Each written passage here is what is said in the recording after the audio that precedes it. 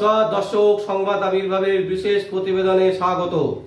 আজকে সব থেকে বড় যে খবর সেটা হচ্ছে ইএসআই থেকে ফিরলেন হচ্ছে কাকু। গতকাল রাতে অনেক নাটক হয়েছে। কাকু বলতে কালীঘাটের কাকু। হ্যাঁ দর্শক, আপনারা ঠিকই শুনছেন, কালীঘাটের কাকু। যিনি যার নাম হচ্ছে হরপে সুজয় কৃষ্ণ ভদ্র। তিনি কালকে ইএসআই হাসপাতালে তাকে নিয়ে যাওয়া হয়েছিল। সেখানে তার ভয়েস টেস্ট হয়েছে। সেই ভয়েস টেস্টের মেশিনে তার ভয়েস রেকর্ড হয়েছে। রেকর্ড করার পর আজকে তাকে আবার ফিরিয়ে নিয়ে যাওয়া হয়েছে এসএসকেএমে। বিচারপতি অমৃতা সিনহার অর্ডারে তিনি রায় দিয়েছিলেন যে এসএসকেএম হাসপাতালে কেন এতদিন ধরে সময় নিচ্ছে ইডি, কেন তার গলার ভয়েস টেস্ট করা হচ্ছে না। একদম কড়া ভাষায় তিনি বলেছেন যে শুক্রবার দিনকেই, একেবারে স্পষ্ট করে বলেছেন যে বুধবার দিনকেই তাকে নিয়ে যাওয়া হোক ইএসআইতে। সেখানে গিয়ে তার ভয়েস টেস্ট করিয়ে আবার তাকে বৃহস্পতিবারে ফেরত পাঠিয়ে দিন এসএসকেএমে। কিন্তু ভয়েস টেস্ট করতেই হবে। ভয়েস টেস্ট তার দরকার, কারণ এই যে শিক্ষাক্ষেত্রে যে ব্যাপক দুর্নীতি হয়েছে, সেই দুর্নীতির কিনারা খুঁজতে গেলে কাকুর ভয়েস টেস্ট একেবারেই দরকার। যে কারণে মাননীয় বিচারপতি অমৃতা সিনহা অর্ডার করেছিলেন। আর সেই ভয়েস টেস্ট দিতে গিয়ে কালীঘাটের কাকু রীতিমতো নাটক করেছেন সারা দিন রাত মিলে। সেই নাটক আপনারা বিভিন্ন চ্যানেলে দেখেছেন। আমরা যেটা তুলে ধরতে চাইছি যে সেটা হচ্ছে কালীঘাটের কাকু আরো এক ধাপ এগিয়ে গেছেন। সুজয় কৃষ্ণ ভদ্র, যাকে দেখে মনে হবে যে একদম শান্তপ্রিয় একজন মানুষ, যিনি বলেছিলেন যে আমার মালিককে আপনারা কিচ্ছু করতে পারবেন না। মালিক হচ্ছেন Abhishek Banerjee, lips and bounce কোম্পানির যিনি সিইও। সেই কোম্পানির যিনি অভিষেক ব্যানার্জি, যিনি মাথা, তাকে আপনারা ছুতেও পারবেন না। এই ধরনের কথা রীতিমতো সংবাদ মাধ্যমের সামনে এই কাকু করেছিলেন। সেই কাকু এতদিন প্রায় 4 মাস অসুস্থতার ভান দেখালেন, এসএসকেএমে পড়ে রইলেন। এসএসকেএম থেকে তিনি কিছুতেই জেলে যাচ্ছেন না। তার নানান রকমের রোগের ফিরিস্তি দেখানো হচ্ছে যে এই রোগ সেই রোগ, হ্যানা রোগ ত্যানা রোগ। অবশেষে মাননীয় বিচারপতি অমৃতা সিনহা বাধ্য করলেন কাকুকে যে আপনার গলার ভয়েস রেকর্ড করতে হবে। ইডিকে একেবারে পরিষ্কার ইনস্ট্রাকশন দিলেন এবং সেই ইনস্ট্রাকশন অনুযায়ী বুধবারেই তাকে নিয়ে যাওয়া হলো ইএসআই হসপিটালে। সেইখানে তার ভয়েস রেকর্ড হলো। তারপর আজকে ইএসআই থেকে তাকে ফেরত পাঠানো হলো। আর এরই মাঝে সুজয় কৃষ্ণ ভদ্র যেটা করে বসলেন সেটা হচ্ছে কি, তিনি বলছেন যে এই গলার ভয়েস যে তার রেকর্ড করা হচ্ছে এটা অবৈধ। এটা কোনোভাবে আমি মেনে নিচ্ছি না, মানব না। মাননীয় বিচারপতি অমৃতা সিনহা এটা অবৈধভাবে আমাকে এই ধরনের জিনিস করাচ্ছেন আমাকে দিয়ে।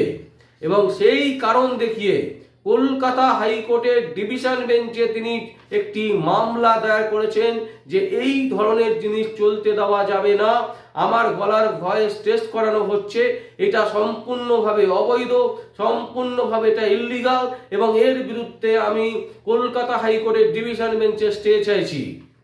এই জিনিসটা কিন্তু সুজয় কৃষ্ণ ভদ্র আজকে রীতিমতো কলকাতা হাইকোর্টে মামলা দায়ের করেছেন। দর্শক, এইখানেই হচ্ছে সব থেকে বড় টুইস্ট, যেটা হচ্ছে দেখবেন অভিষেক ব্যানার্জি, যাকে আমরা মহারাজা বলি, যুবরাজা বলি, অনেকে অনেক কিছু বলেন, যাকে অনেকে আবার ভাইপো বলে ডাকেন।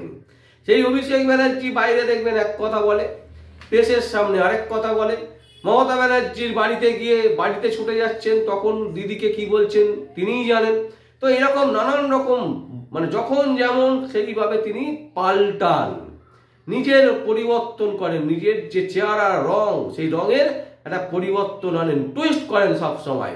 আর বারবার কলকাতা হাইকোর্টের ডিভিশন বেঞ্চ, সুপ্রিম কোর্টে চলে যাচ্ছেন, সুপ্রিম কোর্টের সিঙ্গেল বেঞ্চ, ডিভিশন বেঞ্চ, বারবার এই করছেন। Kolkata high court, supreme court, Kolkata high court, supreme, কতবার যে গেছেন আর কত কোটি টাকা যে খরচা করেছেন সেটাও কিন্তু বাংলার মানুষ জানতে চাইছে যে অভিষেক ব্যানার্জি এত টাকা পাচ্ছেন কোথা থেকে। যেটা যদিও ধরা পড়েছে 7 কোটি টাকা প্রপার্টি ইলিগাল, এবং যে কারণে ইডি ক্রপ করছেন, এটা তো আপনারা সবাই জেনে গেছেন। কিন্তু প্রশ্ন হচ্ছে, আমরা এই জিনিসটা তুলেছিলাম, এই প্রশ্ন যে অভিষেক ব্যানার্জির যে লয়ারের খরচা কোটি কোটি টাকা তিনি কোথা থেকে পাচ্ছেন? তিনি তো একজন সাংসদ, এত টাকা তার কোথা থেকে আসছে? এই প্রশ্ন কিন্তু আমরা তুলেছিলাম। আর বারবার সিঙ্গেল বেঞ্চ থেকে ডিভিশন বেঞ্চ, কলকাতা হাইকোর্ট থেকে সুপ্রিম কোর্ট, ঠিক সেই টেকনিকটাই কিন্তু শুরু করলেন সুজয় কৃষ্ণ ভদ্র হরপে কালীঘাটের কাকু। এই কাকু, যিনি নিজেকে কাকু বলে পরিচিত, যার কোড নাম হচ্ছে কালীঘাটের কাকু, যিনি সেতুর ভূমিকা পালন করতেন, এক নেতার সাথে আরেক নেতার সেতু বন্ধন করতেন যিনি, তিনি হচ্ছেন কালীঘাটের কাকু। সেই কালীঘাটের কাকুর বুদ্ধি দেখুন। সেই কালীঘাটের কাকুকে কে বুদ্ধি দিচ্ছে? সেই কালীঘাটের কাকুর কাছে এত টাকা কোথা থেকে আসে? কালীঘাটের কাকুর কাছে এত সম্পত্তি কোথা থেকে আসে? কালীঘাটের কাকুকে বুদ্ধি কে দিচ্ছে? বুদ্ধি দিচ্ছেন কিন্তু একজনই মানুষ, যিনি যুবরাজ। এই মুহূর্তে অনেকটা আড়ালে থেকে শুধু নিজের সার্কেলের মধ্যে কথা ছুড়ে দিচ্ছেন, আর সেই কথা বাংলার তথাকথিত বহুল প্রচারিত সংবাদ মাধ্যমে বিক্রি করা হচ্ছে যে আজকে অভিষেক ব্যানার্জি এটা বলেছেন। আর সেই সংবাদ নিয়ে বাংলার সংবাদ মাধ্যম ঢাক পেটাচ্ছেন, কারণ কোটি কোটি টাকার মুনাফা আছে, কোটি কোটি টাকার বিজ্ঞাপন আছে। আর অভিষেক ব্যানার্জি ভালো করে জানেন যে যে চ্যানেল আমার এটা দেখাবে না তার বিজ্ঞাপন বন্ধ করে দাও। এই পরিস্থিতি তৈরি হয়েছে কলকাতার বাংলার সংবাদ মাধ্যমে। তো সেই জায়গা থেকে দাঁড়িয়ে কালীঘাটের কাউকে বুদ্ধি দেওয়ার লোক প্রচুর আছে, কারণ টাকা তো হরিদাস পাল। তো হরিদাস পালের যখন টাকা লুট করো, টাকা বিলি করো, তো সেই বিলির অংশ টাকা কলকাতা হাইকোর্টের কিছু আইনজীবীর কাছে পেয়ে যাবে আইনজীবী। সেই আইনজীবীরা এখন কোর্টে মামলা করেছেন, ডিভিশন বেঞ্চে মামলা করা হয়েছে। সেই মামলা কলকাতা হাইকোর্টের ডিভিশন বেঞ্চ অ্যাকসেপ্ট করেছে। তার মানে কি?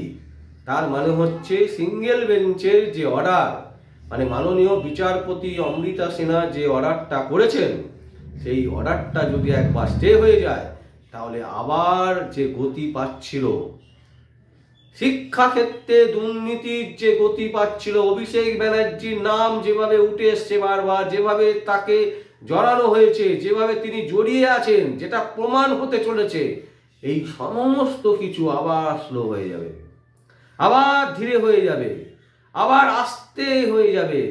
কারণ ডিভিশন বেঞ্চ যদি একবার স্টে অর্ডার দিয়ে দেয়, তাহলে কিন্তু এটা একটা বছর আবার ঘুরে যাবে। দর্শক, আমরা এইখানেই কিন্তু ভীষণভাবে চিন্তিত যে কলকাতা হাইকোর্টের ডিভিশন বেঞ্চ কি রায় দেন, স্টে দেন না মাননীয় বিচারপতি অমৃতা সিনহা যেটা বলেছেন সেটাই হবে, সেই রকমই বার্তা দেন। এটাই কিন্তু এখন দেখার বিষয়। আমরা বারবার দেখেছি সুপ্রিম কোর্ট থেকে স্টে পেয়ে যাচ্ছিলেন আমাদের যুবরাজ, কিন্তু শেষবার তিনি আর স্টে পাননি। পরিষ্কার বলে দেওয়া হয়েছে ইডি সিবিআইদেরকে যে আপনারা আপনাদের তদন্ত চালিয়ে যেতে পারেন, প্রয়োজনে তাকে ডেকে জিজ্ঞাসাবাদ করতে পারেন, প্রয়োজনে অ্যারেস্টও করতে পারেন। সুতরাং সেই জায়গা থেকে যদি কলকাতা হাইকোর্টের ডিভিশন বেঞ্চ কোনো রকমভাবে স্টে দিয়ে দেন, তাহলে কিন্তু একটা বছর আবার ঘুরে যাবে, এই মামলা চলতে থাকবে। কিন্তু যদি কলকাতা হাইকোর্ট এই ধরনের মামলায় যদি মাননীয় বিচারপতি অমৃতা সিনহা যে রায়টা দিয়েছেন সেই রায়কে সম্মতি জানান, তাহলে কিন্তু অনেকটা আশার আলো দেখা যাবে, এবং কি খুব তাড়াতাড়ি অভিষেক ব্যানার্জি কিন্তু গ্রেপ্তার হবে। এখন প্রশ্ন হচ্ছে, কলকাতা হাইকোর্টের ওপরে আমরা কেউ নই, কারণ বিচারালয়ের ওপরে আমরা যারা সাংবাদিকতা করি, যারা সততার সাথে সমালোচনা করি, আমাদের কাছে কিন্তু সব সময় দেশের আইন, দেশের সার্বভৌমত্ব আগে। কলকাতা হাইকোর্ট যে রায় দেবে সেই রায়কে আমরা মান্যতা দেব, সেই রায়কে আমরা গ্রহণ করব। কিন্তু আমাদের কাছে শুধু একটাই অনুরোধ থাকবে, মাননীয় বিচারপতিগণ যে ডিভিশন বেঞ্চে এই মামলা উঠতে চলেছে খুব শিগগিরই, সেই ডিভিশন বেঞ্চ যেন একটু সাধারণ মানুষের কথা ভেবে রায় দেন। আর কিচ্ছু না, আমরা সর্বদা আইনকে মানি, আমরা আইনকে মেনে চলব, আমরা আইনের শাসনকে প্রতিষ্ঠা করতে চাই, আমরা সব সময় তার জন্য বদ্ধপরিকর। সংবাদ আবির্ভাব কখনোই আইনের বিরুদ্ধে কথা বলেন না।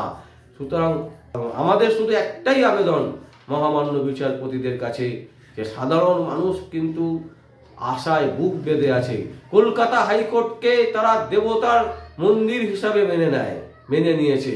কলকাতা হাইকোর্টের যে রায়, সেই রায়কে স্বাগত জানিয়েছে হাজার হাজার কোটি কোটি সাধারণ মানুষ। তারা কিন্তু চেয়ে বসে আছে কলকাতা হাইকোর্টের দিকে, কারণ একমাত্র ন্যায় দিতে পারে কলকাতা হাইকোর্ট। দর্শক, আমরা আর কিচ্ছু বলতে চাই না, আমরা তাকিয়ে থাকবো কলকাতা হাইকোর্টের দিকে, কলকাতা হাইকোর্টের ডিভিশন বেঞ্চ কি রায় দিচ্ছেন সেই দিকে। আর আপনাদের চোখ থাকুক আমাদের সংবাদ মাধ্যমে, সংবাদ আবির্ভাবে। আমার নাম বিশ্বজিৎ পাল, সংবাদ আবির্ভাবের জন্য।